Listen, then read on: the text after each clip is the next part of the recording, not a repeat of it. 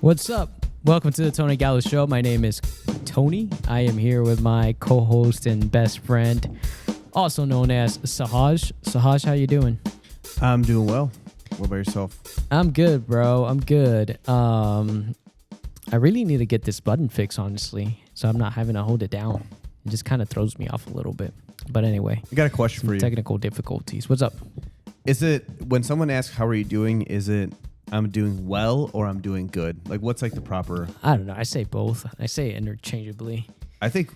What do you say? I say well because I, for the longest time, thought that was like the smart, like the grammatically correct way to say it. Yeah.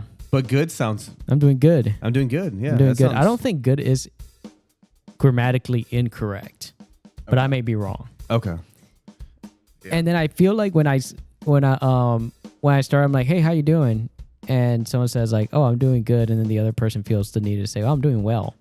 You know, just, I don't know, like, so you don't duplicate how you guys are feeling. I think well sounds more, not correct. It sounds more proper. Maybe. Proper sound right? Maybe. Also, do you say like, is how are you doing sort of like a hi? Another way of saying hi for you? Because it is for me. Yeah, it is for me too. Like how you been? How you doing? Sometimes I don't even feel like asking.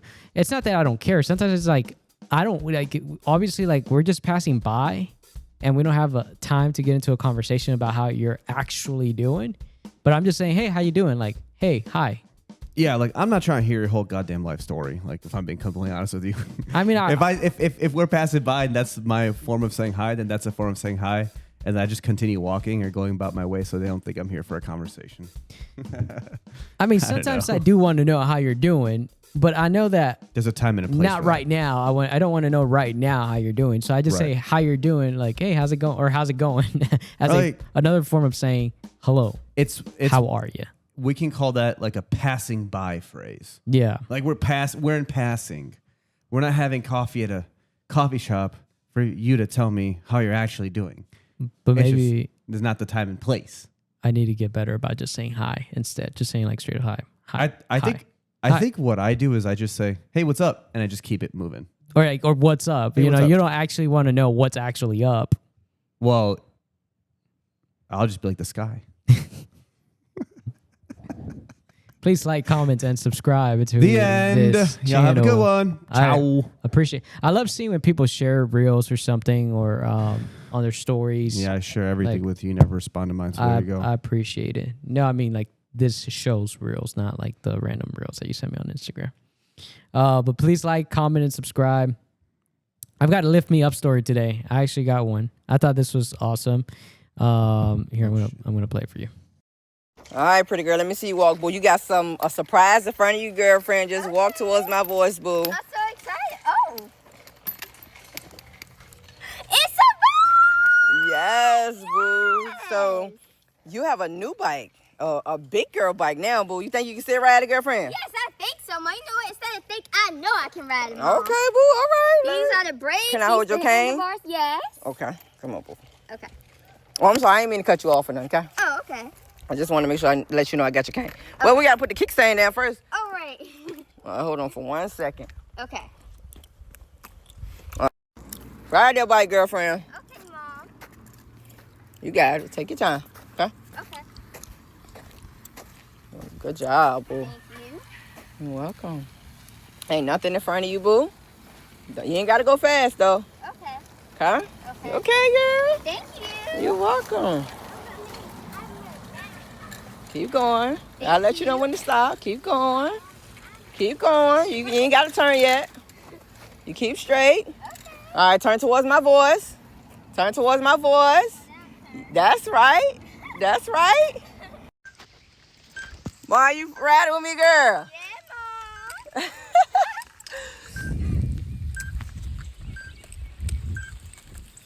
Can you hear the timer? Yes. Oh, I want to stop right there. Oh. Mom, I love riding my bike, Mom. You do, boo? Yeah, Mom. Oh, yeah? Yeah. What? It makes me feel like I can do anything and everything off my mind to. You can, can't you? Yeah, Mom. Okay, girl, don't you hit me, right? I'm going everywhere you go. I'm like a copycat. No, you better be a leader, girl. Oh, yeah, You better be a leader, girlfriend. Come on this way, boo. That's pretty awesome, isn't it? Yeah, that Pretty is. awesome. Pretty awesome clip of a blind girl riding a bike. It just, I don't know. It just, for me, it was kind of like, man, like for her to have a disability, right? That like a lot of us don't have, and to have that much joy in doing something that you just don't expect like a blind person to just take up a bike and start riding, you know? So I think, and doing it with so much joy, I think it was awesome. And you can tell her mom is doing a great job in raising her and showing her that, hey, just because you got the disability doesn't mean that you are limited all the time. You can do things that most people wouldn't expect you to be able to do. Yeah, she's a real good head on her shoulders. Yeah. You can see. She's, And she has a good support system. yeah, it's From awesome. mama. So that's today's Lift Me Up story before Sahaj brings. No, I'm just kidding. Donald Trump. No. I'm kidding. I found this story here. Dallas-Fort Worth ranks 5th in the worst bed bug infested areas in the U.S. Can you believe that? Have you ever had to deal with bed bugs? No, bro. I don't even know what they look like. If I were to see, like, if I would, like, I wouldn't know if it was on my bed or not. Like, are they visible or are they like microscopic? I think they're pretty visible. I think Yeah, I've they're you never had can. to deal I with think I think they are. I don't know. I've never had to do it, but I think you feel the bites. Like you wake up and you feel the bites and stuff. You know, and you feel Like itchy? itchy and stuff. Ah, Why are you feeling itchy? yeah, but like on my Oh. genitals. I'm just kidding. That's another form. Just I don't know kidding. if those are bed bugs. Just kidding. But do you Those are remember balls bugs? in DPD when there's a whole bed bugs outbreak and like there's bed bugs in the squad cars? Wait, was that Didn't we- when we were in patrol? Or was that in the Yeah. academy? No, when we were in patrol. Dude, that's freaking gross. But then you almost wonder where it came from. Like, was it from like a prisoner, right? Or was it from an From officer? like no, probably a prisoner. I mean, like, Probably a prisoner, right? It's like, Yeah. come on, bro. Like, you're an officer. Like, if you need some motivation to get your laundry done, Dallas-Fort Worth is one of the most bed bug infested areas in the country, according to call data released this month from pest control company Terminix. The annual study ranks DFW as the 5th worst city for bed bugs in the U.S., topped by Los Angeles, Cleveland, New York, and reigning champ Philadelphia. yeah, all of those sound Of like bed course. bug capitals of the. The Eagles are over there, so not surprised. How to identify the bed bugs? Their full-grown bed bugs are brown or reddish brown with an oval-shaped body about the size of an apple seed. Apple seed, the EPA says. They're What the hell does an apple seed look like? I think it's like, you know when you're eating an apple and you get to the core of the apple? Yeah, the black seeds. Is that? I guess so. I don't eat They're a real. lot of apples. Those are pretty visible then. Yeah, they're young. The young ones are much smaller, translucent, whitish yellow, and can be very hard to see. That answers your question. Bed bugs come out at night to feed on human blood. Oh, yeah. There you go. They're not known to transmit diseases, but their bites can cause allergic reactions. They can be found in various places, including homes, hotels, public transportation, even some businesses, and in these squad cars. There's a whole email sent about it. I think the media even picked up on it. How do you know if you've been bitten by a bed bug? The bites themselves often look like red bumps, but can also vary slightly from person to person. It may take several days for the marks to appear. So yeah, if you live in Dallas-Fort Worth, be careful. Feeding off of that part, do you know that there's like 17 million forms of bacteria in your bed sheets and pillows? Ooh, Which really? is why you should wash that. Which is why, well, for me, I wash my sheets and pillow covers like every week, Yeah. and my comforter. 17 like million different But isn't types there, of like, bacteria. Good fungi. bacteria also? Yeah, but this is from a hygienic perspective and how it's just really unhealthy. Oh, okay. Yeah, so you have these- good bacteria in your gut lining. Yeah, Yeah, because I'm trying. probiotics. Oh, inside the human Inside body. the human body, sure.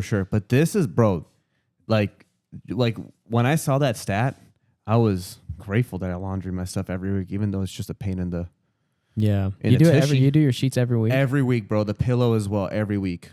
The actual pillow you throw in the washer, or just the pillow cover? The pillow cover, Okay. my bed sheets, and my comforter. Am I nasty? Because I do it like once every couple weeks. I used to do it once every couple of weeks. I don't think you're nasty, but I've just been doing it like as a habit. And then I read this and I was like, all right, I'm just gonna keep up my habit. You know what I mean? I'm just gonna keep it up. That's cool. That's cool. It's just a pain in the ass, bro. It is a pain because you have to strip the bed out of everything. The pillows. I don't know about your pillows, but my pillow covers is like 2 different covers. Like it's like painting, and there's a primer, and then there's the outer layer. I mean, it's a whole thing. And then to put it back on.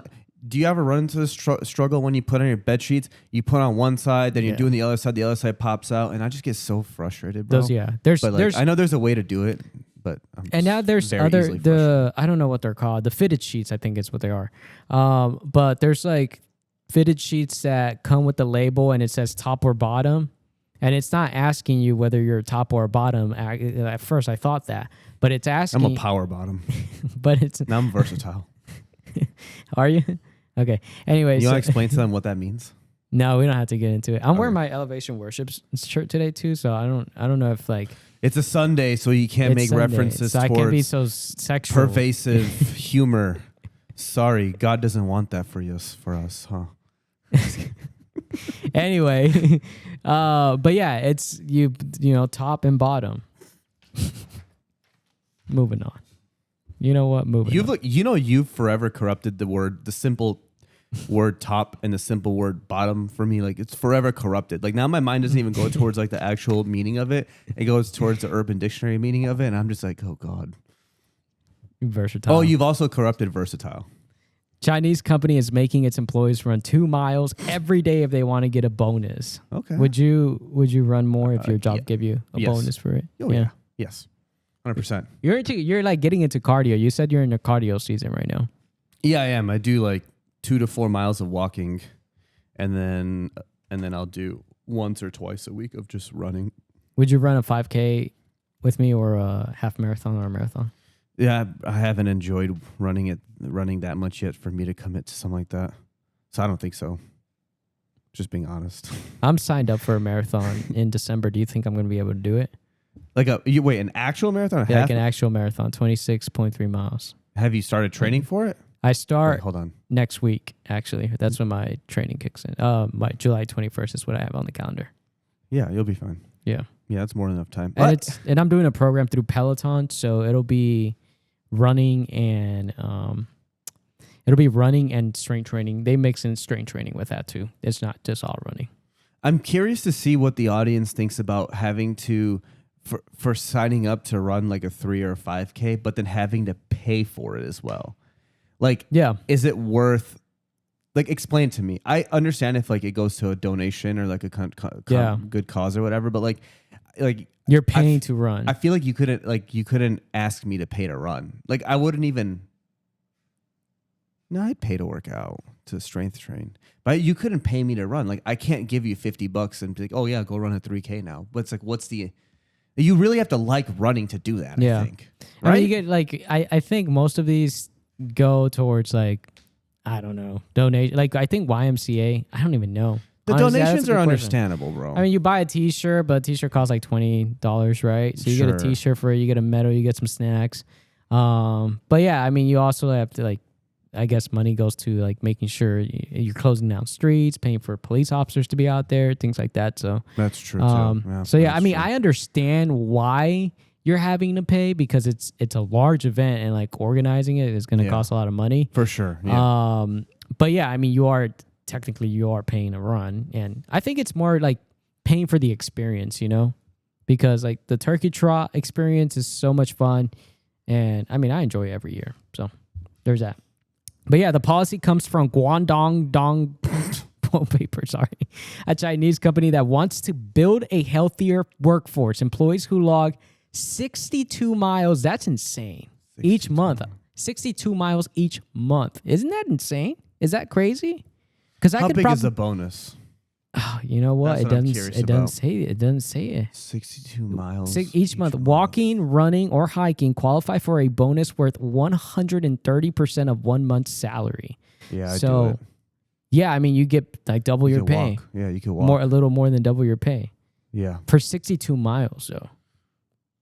So if I do 4 miles a day for the most part anyway, multiply that by 30 days, I'm already at 120 miles a month. Oh, that's not bad. So like if you break it down, But like you that. have a job where you can actually do that No, I because do your it before job work. you walk 4 miles every day before work. Yeah, I go. Yeah, but on the days I don't work off duties, what I do is I wake up earlier, like get to the gym by like 9, and then I work out for an hour, and then go to the Katy Trail for another hour, and then that's, believe it or not, in 1 hour 4 miles is done. That's pretty good. Paid once a year based on how consistently they hit the monthly targets. I guess you get once a year. Once a year. I don't know. I don't know about that. And you have to do it for the whole year then? You have to run 62 miles for so that's like 62 times 12, and you have to do that many. The chairman says the company even offers free running shoes to those who hit 50 kilometers per month for 6 straight months. Would you run 2 miles a day? Oh, I guess they did it for a bigger bonus. I would do it. See, I would do it because if the math is mathin', as they say, if you make $8,000 a month gross, you would then make 8,000 gross pay. So times 1.3, which is how much the percentage they're giving you, equals to 10,400. Would it be? Is the math or am I doing it wrong? Because 130%. If you're saying your gross is 8,000, no, I think you're right. I think you're right. I think I would do it. That's quite a lot of money. Yeah. $10,000. Yeah, I mean, it's $10,000 extra, correct? Yeah, but for the year, I guess. Okay, so then just divide that by 12. See how much you're actually making. 10,400. Divide that by 12. Dude, that's an extra $866 a month, bro. That's not bad. I would do it. That's not bad. Math is mathin'. I do it. But I just, I would have to find the time. Like, where am I going to find the time? If they're like, hey, you can do it and you get 2 hours off of work. They're already paying you extra. Yeah, give me 2 more hours. I need the time. I don't think that's how this works. All right, especially in China. The most boring cities in America. Oh, dude, I found that. You did. Yeah. I don't know if this is from Finance Buzz, by the way. This is not from us, so don't come after us. This is from Finance. I'm gonna shit talk your cities. Should I start with number 10 and go up to number 1? Sure. Okay. And what makes a city boring? Let me read a little bit of this. What makes a city boring? While most urban cores have their own brand of charm, some fall flatter than others when it comes to culture, nightlife, and things to do. With that in mind, the Finance Buzz team collected data on 75 of America's biggest cities and ranked them from most to least boring. So the categories and metrics they consider: population makeup, culinary scene, outdoor activities, nightlife and celebrations, and things to do. So that's how they decided on the most boring cities. Let's start with number 10, though. Phoenix, Arizona. We've been there. We've been to Phoenix, I've Arizona. been to Phoenix a few times.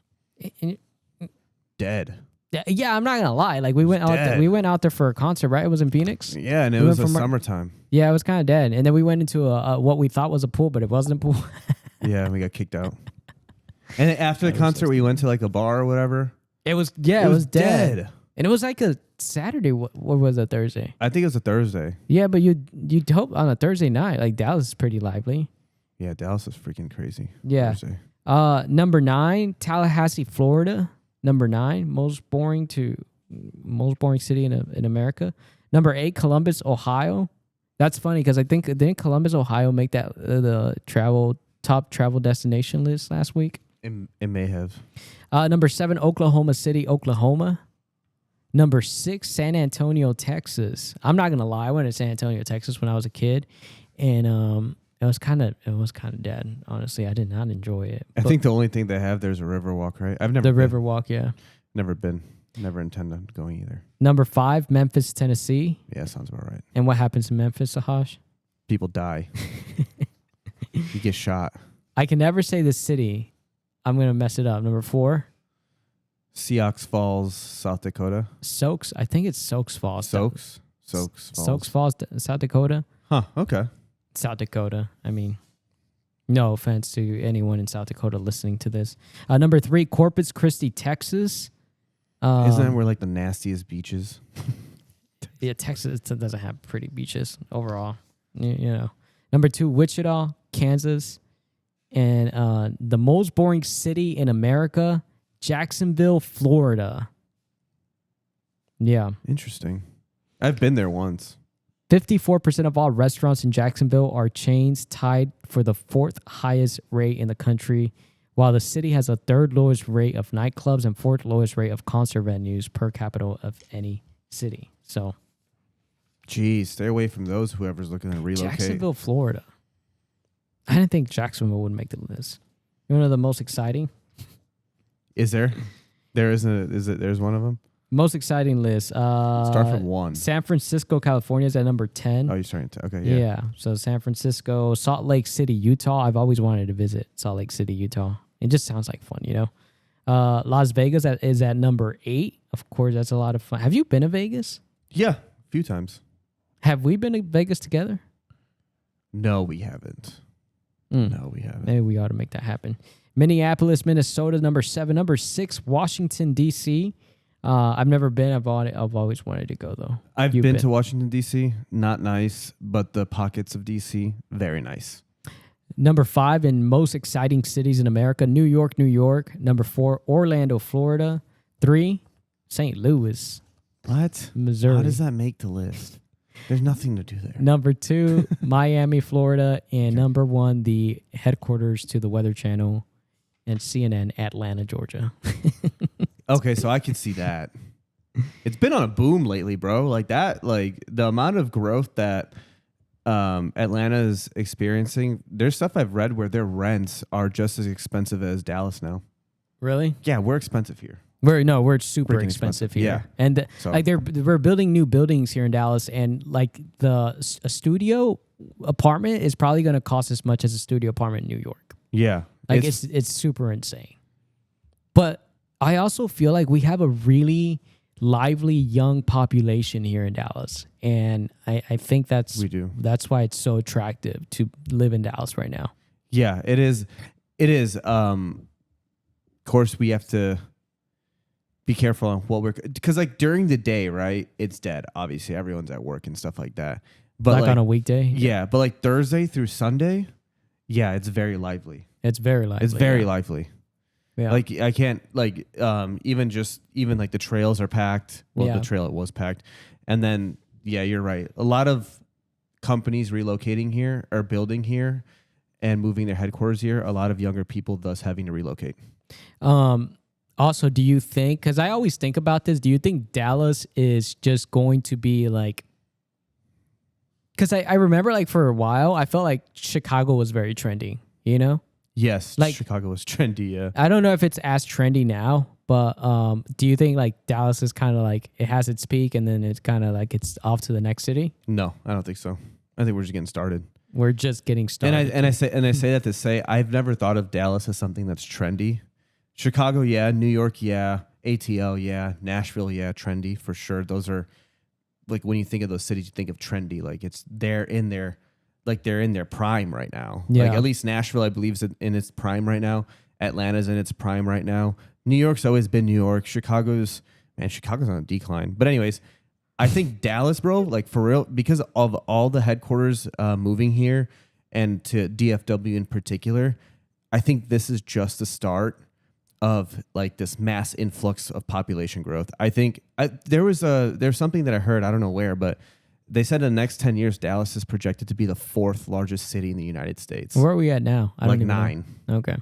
So I think we're just getting started, bro. I don't know about just getting started. I think we've had this. Or we've had this, but like we're not going anywhere. As someone who grew up in Dallas, like since I was a child, you know, I think we've had this for the last, I would say since about, I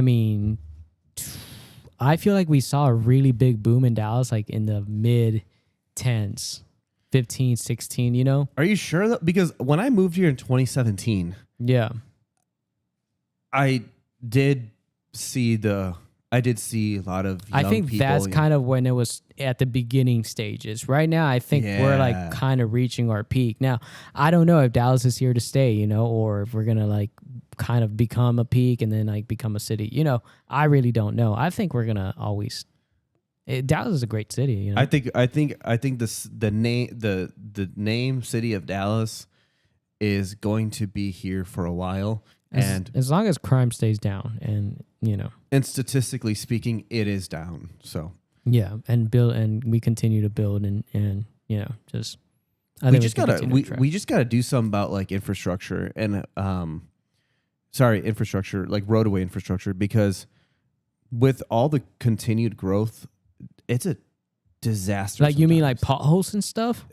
No, like highways and or expanding roadways and traffic and like yeah, it's a freaking disaster here. That is bad, but potholes are also bad here in Dallas. Like that's too. One of our friends, his nickname is Mickey. He always I always think of him when I hit a pothole because he was like, Texas has a worse streets, like worse, like, and I agree with him. We have so many potholes. I mean, the number of times I've had to change a tire because of the potholes here in Dallas is insane. You just can't see when you're driving. Sounds like. So it's just insane. And you know what? Yeah, you know what? I'm not gonna say anything. That's it. I don't think you see above the steering wheel of his car because I don't think I've hit any potholes. I know they're bad, but I don't think I've hit anything that badly. I've hit a lot of potholes, unfortunately. But yeah, they're so bad, and as long as the crime continues to stay down, and I think fix our roads. But as far as like the traffic and stuff, I don't know. I think at this point, people just need to learn to live near work. If you can, yeah, that's true too. Just like live, like make it happen. And in Dallas, we're kind of fortunate enough to still be able to do that in some areas because we have like apartments in nicer areas where your office may be located that are like maybe not as new as like the new building going up, and they may be at an affordable rate for you.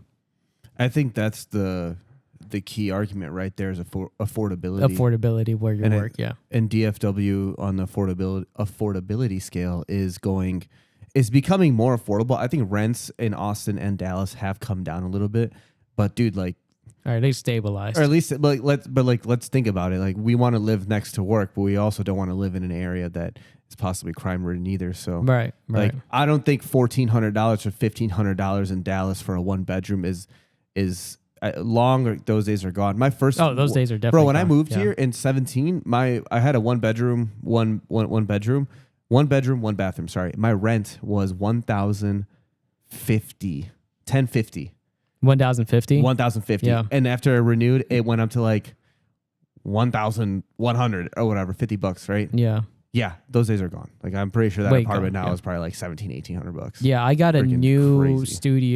new studio on the east side of town for about $1,200 maybe. Yeah, in a new building, right? In a new construction. So I think those days are kind of over. I don't know what it's like now, but we got a good deal here, and I like this deal. How well do you think you know today's slang? Not well at all. I keep hearing the phrase, I'm about to crash out. Do you know what that is? Yeah. Okay. Yeah, I've heard that one many times. What does it mean? Crash out, like you're about to like lose your cool, like lose it. Temperament wise, right? Yeah. Crash out. This game is making me so mad. I'm about to crash out. Crash out to get mad or upset despite your better judgment. I know that one. That one's make its ways all over social media too. Yeah, crash out. Crash out. Like, I'm about to crash out. So this is Gen Z lingo. I want to see how well you know it. I thought this used to upset you. I thought you would be upset. Does over it upset what? you? Over what? Over like the lingo? No, not anymore, bro. Maybe it used. I think anymore? it probably used to, but now I don't really care. Okay. I think it's kind of funny. And I don't have a whole lot here. I just go through A through C. So we know like, hey, I'll meet you there. Just send me the Addy. Okay. Yeah, I say that. Yeah. I haven't seen that one. Oh, what about this one? She accidentally knocked over her cup and I oop. OOP. There it goes all over the floor. No, Oop. I've never heard that. Oop, no. My sister texts me this all the time. Like, if I say something, it's used to express surprise, shock, or realization, often in response to something unexpected or amusing. What is it, like oops? Like, it's like oops, but it's like oop. Never heard of them. Or something says, someone says something like crazy and it's like oop. Did you see Emma's floor routine? She ate and left no crumbs. No crumbs? She ate and left no crumbs. and to eat and leave no crumbs. Never heard of that one. It means it refers to someone who did something so well that there's no chance for anyone else to do it better. Oh, wow. Yeah. Do you have any other that you can think of? Yeah. What? No cap. No cap is one? Yeah. Bussin' is another one. What is bussin'? I think it means it's like it tastes good or it's a good find. Like, yo, like that place is bussin'. Like, I don't say this stuff. Jesus, don't judge me. But like, yo, that Thai food was bussin'. Something I think it's identical really to cap. No. Oh, another one. 100. 100. 100. 100. Keep it 100. Keep it 100. Is that a Gen Z or is that like a millennial thing though? No idea. These are things I've come across. Bet. Yeah. That's been around for a hot minute. Do you use that? Bet, yeah. Sometimes I do. You look like someone who uses bet. Hot minute. Oh, bro, I just said hot minute. Oh, my God. What is going on? Hot minute's another one. Is that a Gen Z? Hot minute? Yeah, I think so. I feel like it's been a minute since I've seen you. Hot minute. I don't know who added the hot. Big back. Never. I mean, I've heard of it. You heard of big back. Yeah, You know I've heard of like what big it back. means, right? Yeah, like someone who eats a lot. Refers to someone who is overweight, typically to bully or shame them. Oh, okay. Yeah, I've heard of that one. Like people Never really used it. use it to like, they're like, oh yeah, I was at a big back moment last night. Like just, big back. boomer, okay, boomer. Okay, I've heard of that one. That one's kind of funny. A dismissive retort used to mock the opinions, ideas, or attitudes of older individuals, particularly members of the baby boomer freaking generation. funny. You get boomer vibes. Yeah, I bet I do. Okay, boomer. Catfish. I mean, we know that one. Caught in 4K. No, I feel like I've heard this one like once or twice. Caught in 4K. Caught in 4K. It means someone caught in the act of something compromising. You're caught. Oh, like it's straight up you. Huh? It's straight up you. Like you got caught. You got caught in 4K. Yeah. You know what's another one? This has been a little older one. Straight up. Straight up. Yeah. Be straight up. Be straight up. Be straight up. Like be straight up with me. I think Travis Scott came out with that one because in one of his songs, he's like in the background chorus says straight up, like straight up. Cap, lying or faking. Cap. I'm gonna bust a cap in your ass. That's not Gen Z. That's something that's like violence. Yeah. That's inciting violence. What That's is, like shooting I'm gonna somebody bust a cap in your behind. Ass. Say it properly. I'm gonna bust a cap in your behind. That means I'm gonna shoot you in your ass. But what is bust a cap? Like bust a cap, like cap. Like a cap is a bullet. Oh, it refers to the bullet. It the refers cap to is a a bullet. Yeah. I don't know. Cap was referred to as a bullet. But now cap means like a hat, like an actual hat, right? Right, which is what it should always stay at. Because like no cap. No cap. And I think it comes from like someone who wears like hats and is bald and is trying to hide something because they're bald, so they wear a hat. No, it's not. I don't think. That's the literal translation. No, but that's how it came to like it became a no cap thing. I thought no cap was used in terms of like, you know, because I swear to God, I mean it type thing. Like, yo, like that Thai food place is on point. They're the best pad Thai in the entire city of Dallas. No cap. No cap. Like I'm not lying. But I'm saying like why cap? Why do you think they use cap? Why do they think you use cap? Because you know how somewhere men generally wear caps to hide their baldness. So it's like they're almost cap. It's like they're lying about their hair or whatever. Okay. That's how I understood it. Okay. So that's why they use the word cap, like no cap. Okay. So like, it took me a minute to get it. You know, no cap, no hat on, like for sure. No cap. Bust a cap. Cooked. Oh, I've heard of that one a lot. That one's making its ways around. Or someone that is done, exhausted, or doing. I'm cooked. I'm cooked. You're cooked, bro. Anyway, so that's teen slang right there for you. Teen slang. Keep it real. That's another one. Keep it real. Keep it real. Do you have a sweet tooth? I sure do. How bad is your sweet tooth? I had 8 churros like the day before yesterday. Really? Yes. 8 churros? Yes. How much sugar is that? Never checked. Like estimate. I don't even know how much is in one, bro. How big is a churro? How big was it? Yay big. So 8 of these pieces. Where you get it from? The taco joint. Where's that at? There's Where's a that at? ton of them all around DFW. Taco. It's called Taco Joint. Taco joint, yeah. Okay. Like I grab food there and Yeah. then I finish my meal with dessert there. So it's like 6 It's like it's 6 inches. wow. How big is it? Why are you? That's so gay. What? Why are you like putting your fingers together and like doing this number? Like that's just The size of the churro that you ate. okay. It's like this big. It's this big. It's not this big. It's this. Like 8 of these, bro. Like 8 of these. All right, like 8 of these. That's 8. So in one of and those, they have caramel in them too. there's probably a good 20 grams of sugar in one. I don't know, dude, but they were good. And churros are my weakness. Why? What do you got? The more sugar you eat, the more depressed you will be. Oh, Jesus Christ. I feel like we knew this, but new research is confirming what many have long suspected. Your sweet tooth may be sourcing your mood. A recent study has found a strong link between high sugar consumption and increased risk of depression, particularly in men. This finding suggests that diets high in refined sugar can negatively affect mental health over time.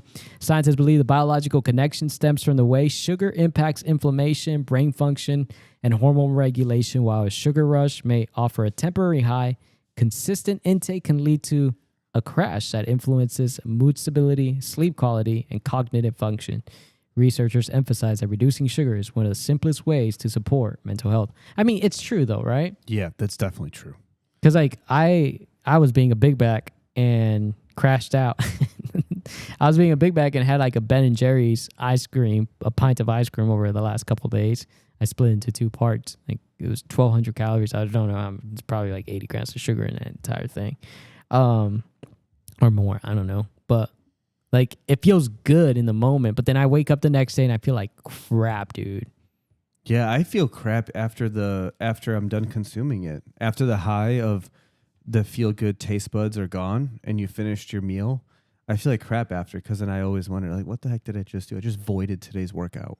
You know what I mean? Yeah. Or I just like completely voided today's macros. I feel crap like immediately after. But yeah, But and it's so crazy good in the moment. because it not only like voids the workouts and the calories and everything, but it also messes you up mentally speaking. So yeah. it has like it's all. It's like a wham bang. What do they call it? A 2-way punch, whatever the hell they say. Like a right left hook. Sure. This adds to a growing body of evidence linking diet to emotional well-being as more experts push for lifestyle changes over medication and treating low-grade depression. As mental health issues continue to rise globally, this message is clear. What you eat can influence how you feel both short and long term. That's from the Journal of Affective Disorders. Do you feel like sometimes you cycle between like different seasons of like Moods and stuff? small depression? Yeah, Small- 100%. I don't know how to say it scientifically. Small depression. Is that what they said? Like small, like low-grade depression? Low grade. There Yeah. you go. That one. Yeah. Yeah, I feel like I cycle in and out of it. Like I can feel, which is kind of like weird because I can have a week where I feel super awesome, super happy, and then one week where I feel like crap, dude. Yeah. What is that? Because I have the same exact way. I feel like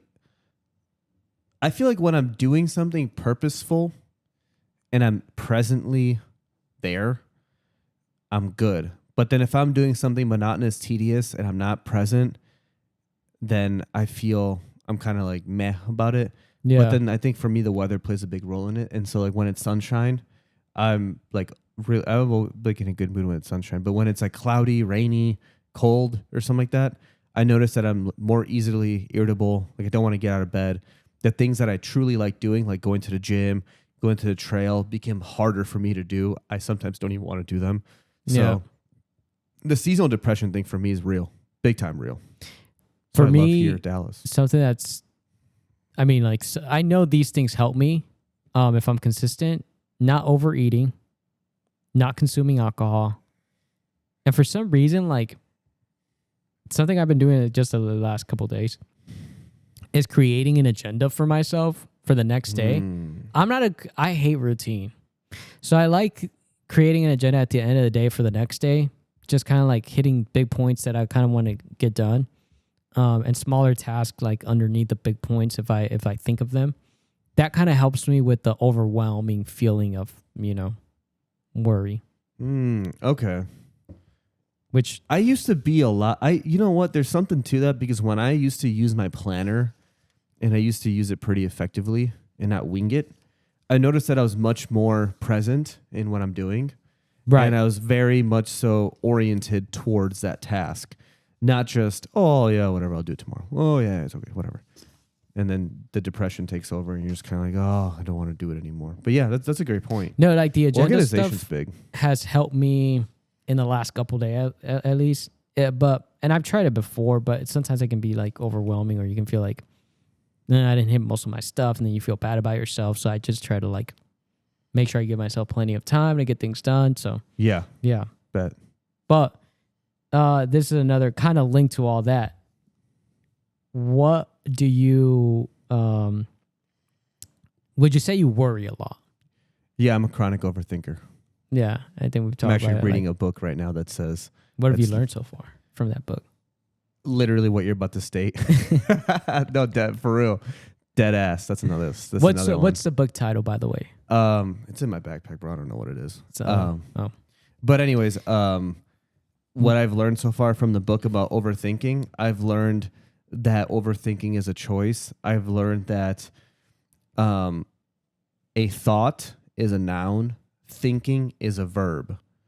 Thinking is the act of, like, you are voluntarily doing that. That is a choice that you have that you are choosing to make to think. And then there's different types of thinking out there. There's overthinking. There's rational, irrational thinking. There's different types of. It's a pretty interesting book. I think the whole bottom line of that book right now, essentially what it's trying to say, is that overthinking is a choice, and you can live your life. And as infants, we're born just happy. We're born stress-free. Right. We're born without any type of care in the world. You can resort to that level of happiness if you just control your thinking.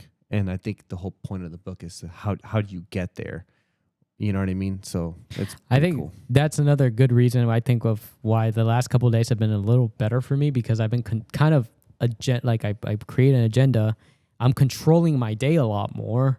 Yeah. So, I don't have any room for thinking too much, Yeah. Like I just outline like, okay, I want to wake up at this time. I want to go to the gym. I want to boo.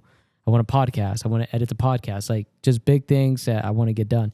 But here's it. 97% of what we worry about never actually happens. In a study from Cornell University, researchers asked people to track all the things they worried about over an extended period of time.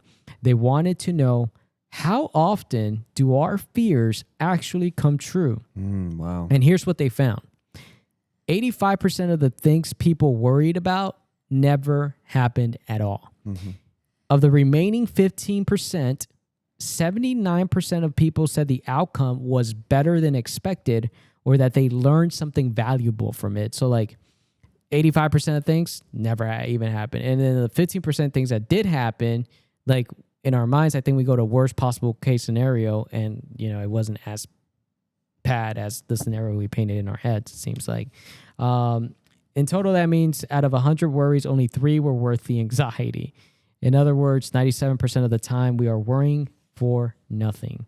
So yeah, anxiety, man, is huge. It's a huge thing. Yeah, dude, that can be crippling too in our society. And then maybe it's always been a huge thing, but now because we have social media and we talk about it on platforms like these, it has more attention. But also we have to recognize that there's a lot more stimuli. Yeah, right. Out there, right? For us, like we got social media, we got like it's insane how normal this is, like how normal this is. Just scroll. It's insane how normal that is. Like to just go scroll through your phone. Like we've normalized that, and I'm trying to be more intentional about like not being on my phone all the time. Yeah, me too. But experts say to try things like set a 10-minute worry window, set yourself up before a panic attack. Write down your fears. Cross out anything that has no real proof. Do one small thing you can control today. Your brain would chill eventually. I think writing down stuff for me has definitely helped. I also think that stuff plays an impact on your sleep. which sleep has an impact on your longevity, emotions, stability, and the more anxiety you produce, the less you're able to sit still. Thus, when it's time to go to bed, the more your brain is just firing at all these thoughts, left, right, and you can't freaking sleep. I also think that, that affects you metabolically, biologically, et cetera, too. Are you working more than 8 hours a day? Some days. Some days, yeah. Yeah. Well, here's another one. Most of the week. That. Most of the week. Working over 11 hours a day makes you 2.5 times more likely to face major depression than those working 7 to 8 hours. A study published in PLOS ONE found that individuals working 11 or more hours per day had a 2.3 to 2.5 times higher risk of experiencing a major depressive episode compared to those working standard 7 to 8 hours. Honestly, I experienced major depression episodes just working 7 to 8 hours. So, like, 11 hours a day is insane, but I can see why. Yeah, I could definitely see why. This association remains significant even after adjusting for factors such as age, gender, lifestyle habits, and job strain. The increased risk may be attributed to factors like work-life imbalance, difficulty unwinding after work, Bingo. A elevated cortisol levels, stress hormone linked to depression, high blood pressure, and immune suppression. These findings underscore the importance of maintaining healthy work boundaries to protect mental well-being. Would you rather work like more days in the week but work less hours in that day? No. No. I was thinking about that. I was like, I'd rather do like 10 to 12 hour shifts and have more days off entirely. Yeah. Cause I was like, man, like honestly, sometimes with work, you like productive brain power, 4 to 5 hours, right? And I don't want to have to do that on an everyday basis. I just want days where I'm not thinking about work whatsoever. Like the thought doesn't even cross my mind. Last one related to mental health, I think here. How often, or let me ask you this. Do you think that we become angrier as we age? I think we do. Yeah. And I think that's because... Why? I think our overall responsibilities in life increase. Thus, I also do believe that our patience decreases because there's a lot of things that we're responsible for. And this could be kids, elderly parents, rent, mortgage, whatever. And then I think all that stuff weighs on your mental a lot. And then what happens is your patience overall decreases for things that don't serve you. And when you have to go through traffic jams, like anything that's of an inconvenience, I think that you're more likely to react in an angry way. But I think it more so has to do with life responsibilities. No, I agree. I mean, I feel like I don't know what it is or why I become more easily triggered. And sometimes I can sense it. I'm like, why am I so easily like just irate? Yeah. Like this morning, I was going to church on a Sunday morning, and you know that ramp when people get off on Knox, and then like get off on Knox and then you go to the right, and I was trying to go to the left because I wanted to do a U-turn, and there's this truck, and I'm coming like at a regular speed, and this truck kind of coming at maybe at the same speed as I. But I'm like, I try to beat him because I was like, okay, you gotta merge on. Yeah, I'm trying to go left, and he's like, right. I'm like, dude, go, like, do something. And I just had to. It was one of those like irritating traffic moments that we all have, and I'm like, bro, it just man. And I had to remind myself, I'm going to church. I'm going to church. Dude, I had something similar too. Yeah, what happened? I was making a left turn, and I was in a manual, and I was in the manual car, and what happened was, my car is really low to the ground, so I have a hard time seeing traffic when you're yielding to oncoming traffic. When you're making that left turn, I have a hard time seeing because there's other cars making the left turn going the opposite way. So there's this old man, bro, like, I'm talking, he's probably in his 70s, bro. Like, I saw him out of my rear view, and you could just see him like throwing his hands up because I'm not going. I have a left turn signal on, and I'm just waiting for the arrow because I don't want to risk it. I don't want to risk it. I can't see in the low car. So let me just wait for the arrow. It's fine. he was just like, and he's like blaring his horn at me, and you can just see him like throwing his hands up in the air, and like, this man is elderly, bro. Like, he's like losing it. And I was like, okay, you know what? And then like eventually, I finally got sick of it, and I flipped him off. And which, by the way, in Texas, if you have a green but don't have the arrow, because people do this, and it's kind of irritating to me to watch sometimes. I'm like honking, someone's like super impatient, but the person won't go, and they have the green, the yield green. That's difference. If you don't feel comfortable making the left turn, don't make the left turn. You can wait until you have the right. I think you have every right to wait, because the thing is, you make the left turn when you're comfortable making the left turn. Because if you get into a car accident as you're making that left turn, it's on you. So if you want to wait for the green arrow, wait for the green arrow. No matter how, it's so frustrating because I don't think people understand that. Yeah, you have a green light, but you have a yield. It's really a yield.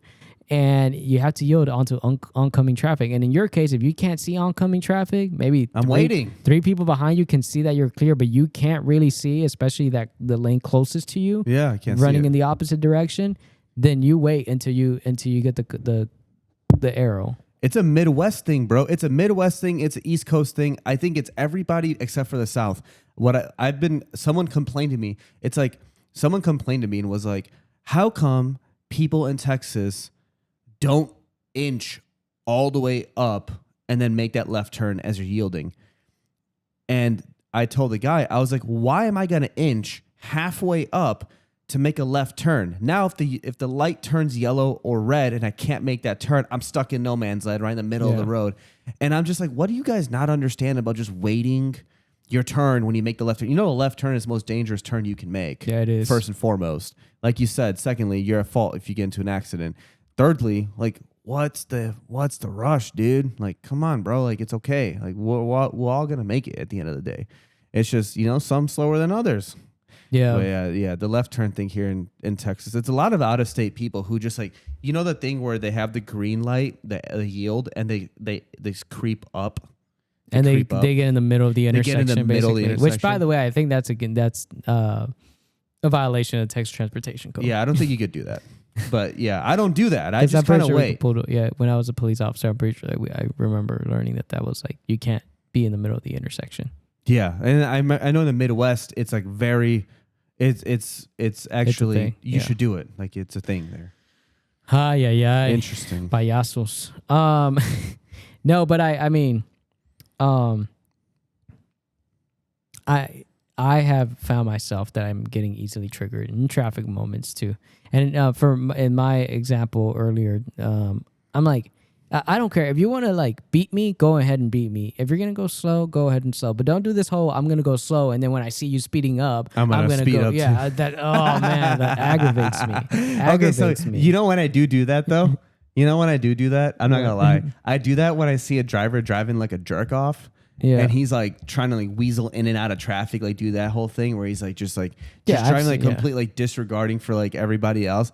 Then what I will do is I will be that person. If I see him and I feel like he's about to cut me off, I will speed up. And what I will do is I will block him in behind the car he's already in. So I'll just be riding side by side. No, yeah, that makes I get that. But it's because you're being a jerk off, and so now you should exercise a level of patience, and I'm going to make you exercise. I wasn't trying to be a jerk off. I'm just I know you're trying merging. To be like trying to like okay, like this guy's going slow enough that I can like get in front of him and get all the way out to the left lane so I can make my U-turn. Yeah. But no, as soon as he sees me, like, but I want to make sure I speed up a little bit so that we don't like, we don't have you don't have a side swipe. We don't have a closed gap. Or he doesn't pit you. I just want to make sure there's no room for error there. So I try to speed up. But as soon as you see me speeding up, let me go and speed up, why don't I? And man, I tell you, I got so angry. But 5 minutes of anger can weaken your immune system for up to 4 to 5 hours, according to this post. Damn. We tend to think of anger as just an emotion, but your body sees it as a threat. A study published in Psychophysiology found that even just a few minutes of anger can cause a sharp drop in salivary immunoglobulin A, whatever, one of your immune system's first lines of defense. That drop can last up to 4 to 5 hours after the anger passes. This isn't just psychological, it's biological. When you're angry, your body releases a surge of stress hormones like cortisol and adrenaline. Over time, this suppresses immune function, increases inflammation, and slows healing. Your emotions aren't just felt, they're lived chemically, according to this post. So, yeah. Control your anger. Control your anger. I mean, it's Don't fine eat to be onion and angry. garlic. I think I don't think it's healthy to hold your anger in. If you're feeling it, you feel it, but I think it's good practice to recognize it quickly and then be like, okay, wait, this is really worth getting angry about right now. I feel like I hold it in. No, I feel like I feel it and I go through the emotions of feeling it, but then I can't seem to let it go, depending on what it is. It takes time. Fair enough, yeah. She'll like ruin your day. You know what like now that you brought it up, what makes me really angry is when you lock me out.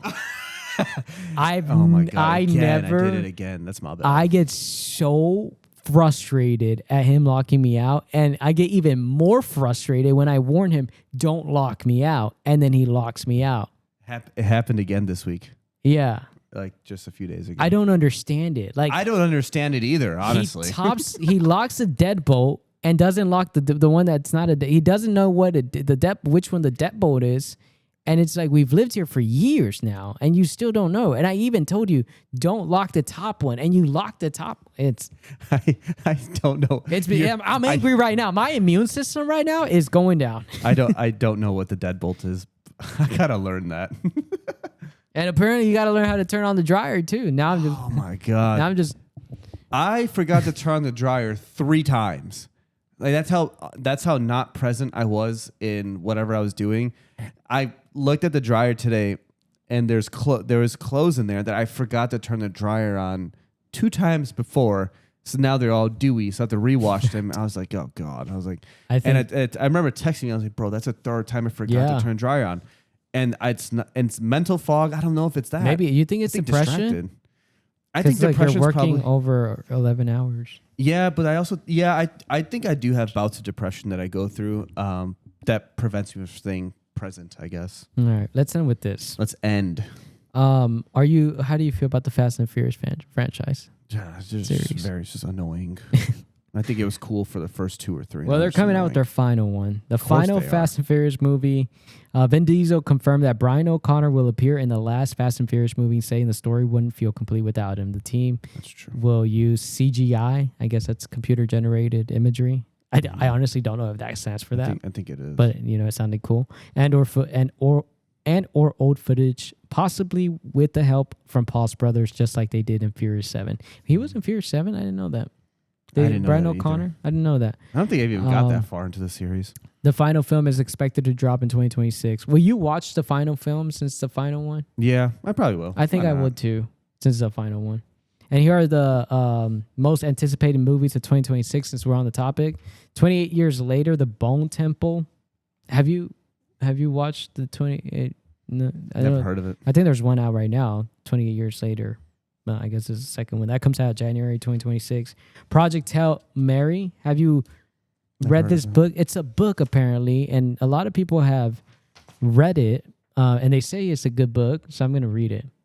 Okay. Project Hail Mary. Super Mario Bros. 2. Project Hail Mary premieres March 20th of next year, 2026. Super Mario Bros. 2. That comes out April 3rd, 2026. I don't know if you're a Super Mario fan. I'm not. The Devil Wears Prada 2, that comes out May 1st. I'm probably going to go. I like The Devil Wears Prada. Did you ever watch that movie? No, none of them. Do you think this is a chick flick? Would you consider The Devil Wears Prada like a chick flick? I don't know. Maybe. Is that an insult, by the way? Chick flick? No, I don't think so. Because I watched it. I liked it. And I'm probably going to watch that one too. I probably will. The Mandalorian and by the way, Devil Wears Prada, May 1st, 2026. The Mandalorian and Grogu, May 22nd, 2026, for you Star Wars fan. Scary Movie 6, is that something you'd watch? Never seen any of them. June 16, 2026. Toy Story 5, June 19, 2026. I'm gonna say some controversial on this. I know a lot of people are Toy Story fans. Dude, I just cannot stand animated movies. Like, I don't care what it is. I just can't stand it. I think Why? I think I've seen a couple of them and I can't even remember their names because I just don't like it. Like, I fall asleep. I just feel like it's like I'm watching like cartoons. And I never liked cartoons as a kid. Never liked them. Don't like the whole like Coco. Coco was a good movie. I don't know what that is. Up was pretty good. No, like I've watched some animated movies that I really liked, but they're few and far in between. I don't even remember which ones they are, but I do remember liking a couple of them. Supergirl, June 26, 2026. I guess it's like Superman, but Supergirl now. Minions 3, July. Yeah, I couldn't watch that. I could have sworn we were already Minions 4. I don't know how accurate this is. Minions 3, July 1st, 2026. That's coming out. Moana, the live-action remake, is coming out July 10th, 2026. Movies are all terrible. The Odyssey. You don't like The Odyssey? No. July 17, 2026. What about Superman? Brand New Day. That's probably the best one out of all of them that you put out so far. July 31st, Never. 2026. I haven't even seen any of them. I like this guy. He's a good guy. The Hunger Games comes out in November. A new Hunger Games. Dune Part 3 comes out in December. Avengers Doomsday. That we should go watch. Looks cool. I did like the Avengers. I like the Avengers. Doomsday. That comes out in December 2026. And Ice Age 6. I didn't even know we're number 6. That comes out in December This is of all 2026. terrible, dude. Like, I have no interest in any single one of those goddamn movies that you just pointed out. We just went through like 20 movies. And I'm just like, no. The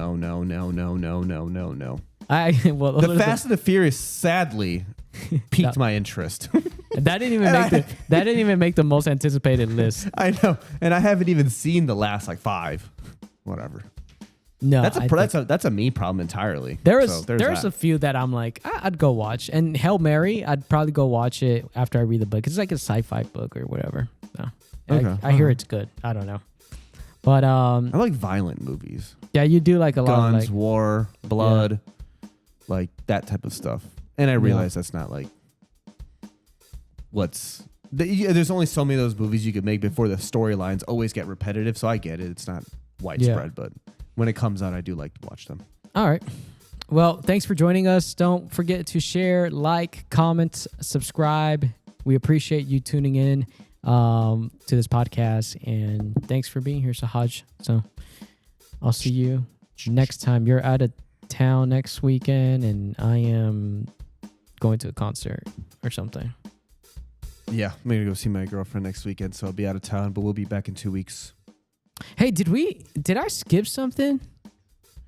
No, I think you're good, bro. Relationship with money. I totally skipped that, dude. Yeah, but we can come back to that another time. Yeah, next week. That is what we call I'm sorry, yeah. No, that's fine. That is what we call a timeless discussion piece. Yeah, because I was like, wait, there was something deep that we had to go into. Relationship money is going to be a good one, guys. Y'all stay tuned in 2 weeks. Yeah, 2 weeks. We'll put that out. Thanks so much. All right, we'll see you next time. Bye. Ciao.